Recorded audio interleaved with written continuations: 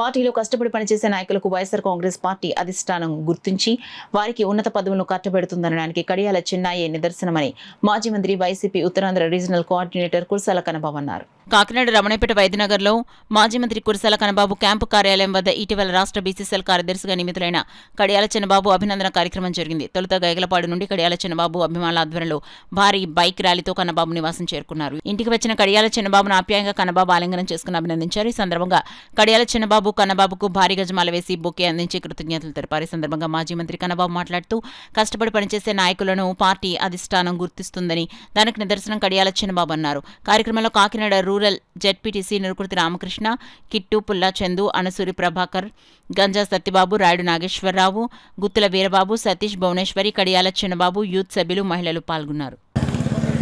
కానీ వాళ్ళ సుప్రీంకోర్టు చెప్పింది దాంట్లో జంతువుల కొవ్వు కలవలేదు అని.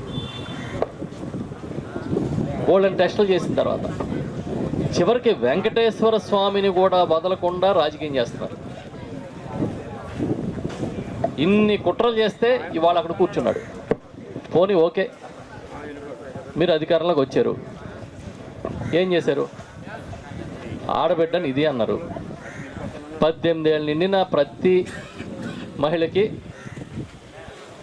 1500 రూపాయలు రోజు మీ అకౌంట్లో వేస్తాం నెలకు ఒకసారి అని చెప్పాడు. 1500 ఒక్కడికన్నా ఇచ్చేవా చూపించు. జగన్ గారు సచివాలయాలు పెట్టి వాలంటీర్లను పెట్టి ప్రతి జనవరిలోని ప్రతి జూన్లోని కొత్తగా అర్హత ఉన్న వాళ్ళకి వితంతులు అవ్వచ్చు, లేకపోతే వృద్ధాప్యం వచ్చిన వాళ్ళు అవ్వచ్చు, అర్హత ఉన్న వాళ్ళకి వికలాంగులు అవ్వచ్చు, కొత్త పెన్షన్లు ఇచ్చేవాడు. ఇప్పుడు ఇంచుమించు 20 నెలలు అయింది, ఒక్క పెన్షన్ ఇవ్వలేదు. నేను గెలిస్తే 3 సిలిండర్లు ఇస్తాను సంవత్సరానికి ఉచితంగా అన్నాడు. ఇక్కడున్న సోదరి మళ్ళీ ఎవరన్నా చెప్పాలి. ఎన్ని ఇచ్చారమ్మా? ఒక్కటి వేసారు. 20 నెలలు అయింది. మరి ఎన్ని బాకీ ఉన్నాడు? ఇంకా మనకి 3 సిలిండర్లు బాకీ ఉన్నాడు. అంతే కదా? చేయలేదు. అంత గ్యాస్ అదిగో సోదరి చెప్తుంది చూడండి, ఎలా నెగ్గారో తెలియదు. మేము అందరం వైఎస్ఆర్కి ఓట్లు వేసామంటే ఆ ఈవీఎంలు మార్చేశారనేది కదా అందరూ గొడవ. అప్పుడు అదిగో ఎలా ఓట్లు వచ్చినాయో తెలియదు. ఎందుకంటే మాయ, మోసం, తగ, ఇది చంద్రబాబు నాయుడుకి వెన్నతో పెట్టిన విద్య. పిల్లనిచ్చిన మావనైనా పొడి చేస్తాడు, ఓట్లు వేసిన ప్రజలనైనా పొడి చేస్తాడు.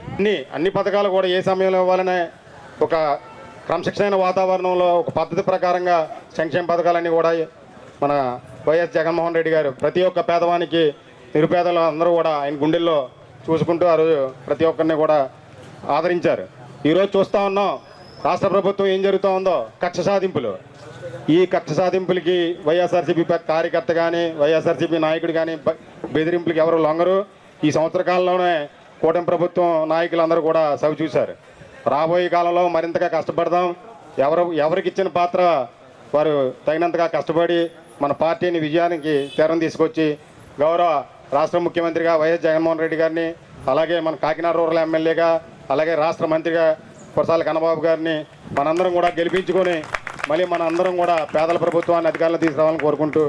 నేను సెటిబేజ్ వర్గానికి చెందినవాడిని. నాకు ఒక జడ్పీటీసీ, అలాగే కర్మండ్ ఒక ఎంపీపీ పెంకే జతిబాబుకి, అలాగే ఒక మార్కెట్ చైర్మన్ కేశవ సీన్ గారికి, అలాగే మన బీసీఎల్ రాష్ట్ర డైరెక్టర్గా మన అనసూరి ప్రభాకర్గా ఎంతోమంది మన బీసీలకి ఎంతో పెద్దపేట వేసి కన్నబాబు గారు మన అందరం ముందెత్తి ఈ రోజు అంతా నడిపించారు.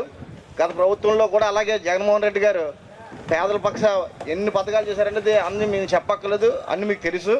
కాబట్టి రేపు రాబోయే రోజుల్లో మనందరూ కూడా కన్నబాబు గారు ఉండి మన యొక్క బీసీ సంఘాలందరూ కూడా, బీసీ సంఘాలు కాదు అన్ని వర్గాలు కూడా ఆయన న్యాయం చేశారు. అలాగే మనందరూ కూడా రేపు రాబోయే రోజుల్లో కన్నబాబు గారు ఉండి మనం ఎక్కడ డౌన్ అయ్యామో అక్కడే మళ్ళీ స్టార్ట్ చేసి మళ్ళీ అదే రెట్టింపు ఉత్సాహంతో పనిచేయాలని మనస్ఫూర్తి కోరుకుంటూ ఈ అవకాశం ఇచ్చిన అందరూ కూడా ధన్యవాదాలు తెలుపు.